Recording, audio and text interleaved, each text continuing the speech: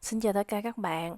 Kỳ này mình ra video hơi chậm là tại vì mình thử nghiệm cái công thức vỏ bánh bao truyền thống này nè các bạn, cho nên nó hơi lâu. Mình phải thử đi thử lại biết bao nhiêu lần để mình tìm ra một cái công thức ưng ý nhất và với cái loại bột mà các bạn có thể dễ tìm nhất đó. Và kỳ này mình sẽ làm nhân xá xíu cho nó khác lạ chút xíu ha. Với cái vỏ bánh bao truyền thống này thì với vỏ bánh bao nó rất là xốp. Và trước tiên thì mình sẽ làm phần thịt xá xíu.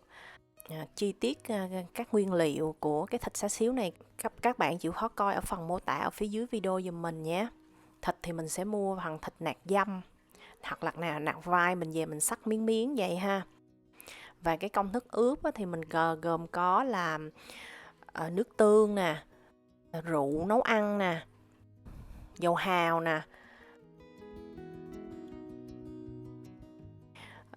và nhớ là phải có chao đỏ nữa ha, mật ong và mạch nha. Nếu mà các bạn không có mạch nha thì các bạn dùng mật ong cũng được. Cái bột gạo hồng cúc là bột gạo men đỏ đó để tạo màu á, mà nếu mà các bạn không có thì cũng không sao. Bột ngũ vị hương,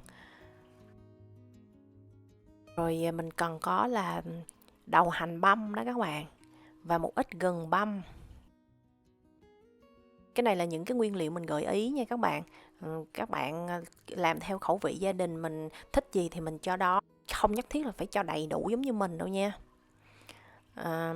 Và mình sẽ ướp cái phần thịt này ở trong tủ lạnh ít nhất là 8 tiếng đồng hồ. Nếu mà các bạn muốn nhanh thì các bạn ướp ở ngoài á, 4 tiếng đồng hồ là các bạn có thể đem nướng được.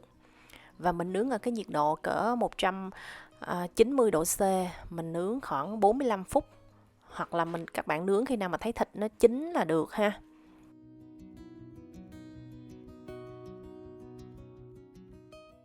Cái thịt các bạn nướng xong thì các bạn sẽ cắt nhỏ nhỏ nhỏ vậy đó các bạn. Và sau đó thì mình sẽ chuẩn bị đến cái phần sốt. Thì cứ một phần thịt là một phần nước sốt nha. Thì mình cần có 20g bột mì, 30g bột bắp, 30g đường, 20g hắc xì dầu, 15g nước tương, tùy, không thì không cần bỏ nước tương nha. Dầu hào thì mình cần có 40g, tiêu, dầu mè chừng 2 muỗng canh, nước thì các bạn cần 300ml nước, và các bạn trộn đều lên. Xong sau đó thì các bạn sẽ bắt cái chảo, các bạn cho ít dầu vô, rồi các bạn phi một ít hành băm đó cho nó thơm cái dầu đó lên nha các bạn. Thì mình cần có chừng 3 muỗng canh dầu ăn nè, rồi mình cần chừng 1/4 chén hành băm, mình bỏ vô mình xào cho nó thơm, rồi bắt đầu mình đổ cái nước sốt vô. Rồi các bạn trộn đều lên, các bạn nấu một chút xíu là nó đặc lại là được.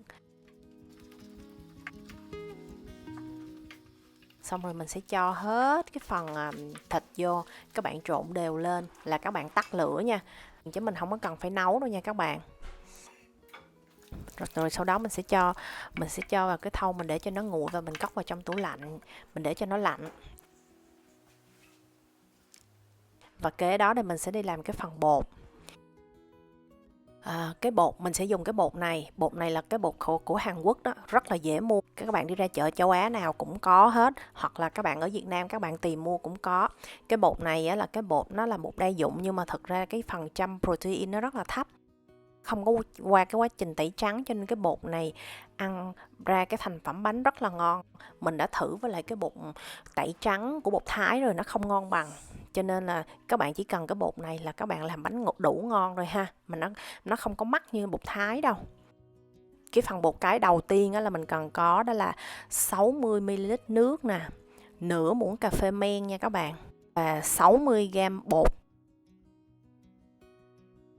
Các bạn trộn đều lên và các bạn để cho nó nghỉ từ 8 tiếng ha cho tới 12 tiếng thì nó nở lên, rồi xong rồi nó xẹp xuống, kệ nó không sao hết. Rồi xong sau đó thì các bạn sẽ tiếp tục, các bạn dùng nguyên cái toàn bộ cái phần bột cái đó, các bạn làm cái phần bột cái phần thứ hai. đó là các bạn sẽ dùng 240g bột mì, 120ml nước và toàn bộ cái phần bột cái thứ nhất đó. Rồi các bạn trộn đều lên ha. Không có máy thì các bạn trộn tay cũng được. Và các bạn bắt đầu sẽ để ủ cái bột cái này trong vòng 5 tiếng là các bạn làm được. Cho nên là ngày hôm trước các bạn làm. Cái phần bột cái thứ hai các bạn trộn, các bạn để qua đêm. Sáng dậy là các bạn có thể trộn bột chín để làm bánh được rồi đó nha. Bột lúc này nó sẽ nở được gấp 3. Nếu mà các bạn làm chưa được thì các bạn có thể đem cất trong tủ lạnh chừng 1-2 ngày gì rồi các bạn lấy ra làm cũng được, không sao hết nhé. Và hai cái nguyên liệu rất là quan trọng trong cái công thức này, đó là bột khai và bột nổi baking powder. Cái bột khai tiếng Anh gọi là ammonium carbonate. Các bạn có thể mua ở trên Amazon, mình có để cái link mua ở phía dưới video nha các bạn. Mình dùng 2g là nửa muỗng cà phê đó. Và mình cho vô 15g giấm, mình quậy đều cho nó tan ra. Bột nổi baking powder, mình dùng cái hiệu này, hiệu nào cũng được, double acting ha. Mình sẽ dùng 11g bột nổi, 160g bột mì. Mình trộn chung với lại 5g muối, là chừng 1 muỗng cà phê muối đó. Và mình trộn với lại cái phần bột nổi nhé. Và cái tô trộn bột thì mình sẽ cho toàn bộ cái phần bột cái vô và 110g đường và 30g mỡ hoặc là dầu ăn. Các bạn cho vô trong máy, các bạn trộn cho nó đều lên, cho nó tan cái đường ra nhé. Và sau đó các bạn sẽ đổ cái hỗn hợp giấm với cái bột khai đó, các bạn bỏ vô, các bạn trộn luôn. Các bạn trộn hồi là cái bột nó ra nhão như vậy nhé. Rồi xong rồi đó, các bạn mới cho từ từ cái phần mà hỗn hợp bột với lại bột nổi vô đó. Các bạn cho từ từ vô, các bạn nhồi cho nó không có bị văng tùm lum đó nha các bạn. Nhớ nha, vậy cho một lần vô là khi mình trộn dễ bị văng bột ra lắm á. Rồi xong rồi các bạn sẽ nhồi trên cái số nhỏ thôi nha. Cái này á, các bạn phải hiểu rằng á, là cái bột này mình nhồi cho tất cả những cái nguyên liệu nó đều lại với nhau là đủ rồi, không cần mịn. Các bạn thấy cục bột của mình không hề mịn nhé, mình chỉ cần trộn cho nó đều thôi. Tại vì các bạn càng nhồi kỹ cái cục bột này thì nó sẽ càng bị dai bánh. Bánh bao là mình cần có độ xốp chứ mình không cần dai nhé. Và mình lấy ra, mình để cho bột nghỉ 5 phút ha. Trong thời gian bột nghỉ thì các bạn sẽ đi chuẩn bị cái nồi hấp bánh liền. Tại vì cái bánh này các bạn làm tạo hình xong tới đâu là đi hấp tới đó liền, chứ không có ủ bột đâu nhé. Rồi các bạn sẽ làm nó dài dài ra giống như mình làm vậy đó. Rồi bắt đầu các bạn ngắt nó ra. Toàn bộ cái phần bột này thì các bạn có thể chia ra là 15 phần nha các bạn. Các bạn hãy làm những cái thao tác mình làm sao các bạn làm y chang vậy ha. Các bạn không cần phải ve tròn gì hết trơn á. Các bạn ngắt ra rồi bắt đầu các bạn đè cái bột nó xuống. Rồi xong bắt đầu các bạn sẽ đi cán bột nhé.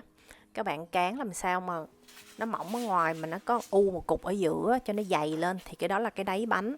Thì cái đáy bánh nó dày thì nó không có bị lòi nhân ra đó các bạn. Khi mà các bạn cán cục bột là các bạn đẩy vô cho nó cái ở giữa lên, chứ không phải là các bạn cán vô rồi cán ra ha. Các bạn chỉ cần đẩy bột vô là nó dồn cái bột vô giữa vậy đó.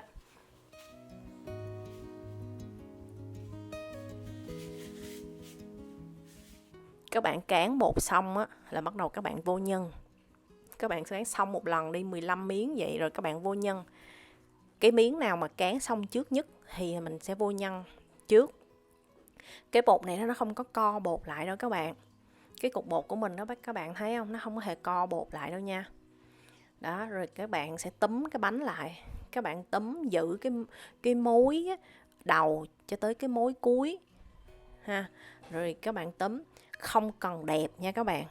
Mình cần là mình túm làm sao rồi cái cuối cùng các bạn khóa cái bánh lại để cho cái bánh khi mà mình hấp nó không có bị bung ra.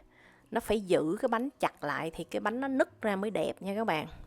Mình làm cũng tay mơ lúc đầu mình làm không quen khi mình hấp cái bánh này nó nở ra, nó bung ra hết trơn à. Nó vừa nứt mà nó vừa bung nữa chứ. Các bạn chủ yếu các bạn túm sao mà cho nó chặt cái khúc cuối cùng á, thì khi mà hấp ra thì nó nứt ra rất là đẹp. Vô nhân đâu chừng 8 cái là các bạn bỏ vừa cái lại cái khuôn đó là các bạn đem hấp liền. Hấp trên lửa lớn trong vòng 13 phút nha các bạn. Lửa phải lớn thì cái bánh nó mới nứt ra như vậy nhé. Và nếu mà các bạn lót giấy ở dưới cái sừng như vậy thì các bạn không cần phải dùng từng miếng giấy ha. Bánh của mình mà làm thành công là nó ra xốp nở bung vậy đó các bạn. Cái bánh này là nó nở nó xốp nhờ bột nổi chứ không phải là nhờ men ha. Men là chỉ để cho cái vị bánh thôi. Cái bánh nứt là nó nhờ bột khai. Cái cân lượng mà bột nổi đó là mình đã điều chỉnh là vừa phải nhất rồi đó các bạn. Nhiều quá ăn cũng không có ngon đâu các bạn. Mình vừa phải, nó vừa đủ xốp là được rồi. Mà nếu mà các bạn cho ít hơn nữa thì cái công thức này nó ra bánh sẽ rất là chai, nó không có đủ nở đó. Cho nên là cái công thức này các bạn đừng có thay đổi gì hết nhé. Và kế tới là cái phần này là phần men nuôi đó các bạn. Nếu mà bạn nào mà nuôi men mỗi ngày á, mà nuôi với cái tỷ lệ 1 men 2 nước và 3 bột á, thì cái men của mình nó đặc vậy á, thì các bạn có thể dùng cái men nuôi dư đó các bạn dùng làm bột cái cũng được ha. Cái phần men đó mình cũng dùng 480g đó để làm cái phần bột cái. Mình cho 120g đường. Mỡ thì mình cho 20g. Rồi tất cả những nguyên liệu khác thì đều như nhau hết, không thay đổi gì hết. Những cái bước làm thì giống y chang như vậy. Và ra bánh này các bạn thấy rất là ngon ha. Đó, bột của mình dùng là không có tẩy trắng mà ra cái bánh cũng vẫn trắng như thường. Đó là nó nhờ có cái bột khai với lại giấm đó các bạn. Và video của mình đến đây đã hết rồi. Mình chúc các bạn làm thành công nhé. Mình cảm ơn các bạn rất nhiều. Mình chào tạm biệt và hẹn gặp lại video kỳ tới.